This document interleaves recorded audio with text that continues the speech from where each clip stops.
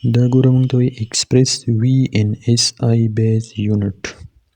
SI base unit کې به مونږ voltage څنګه express کوو. V مونږ سره برابر دی W by Q. W برابر دی F dot D divided by Q برابر دی IT. بیا مونږ ته پته ده F is equal to MA.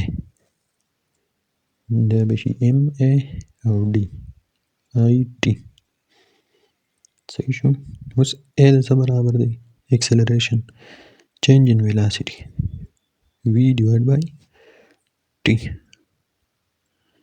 پټ کا پکې دا به څه شي MV D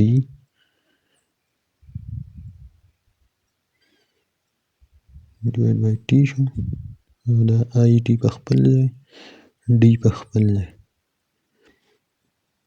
بیا موږ ته پته ده velocity برابر دی دا so S by T.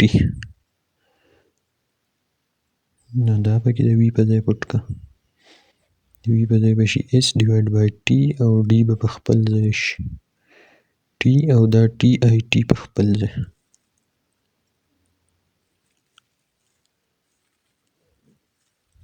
اوس ګوره د ماس څه یونټ دی؟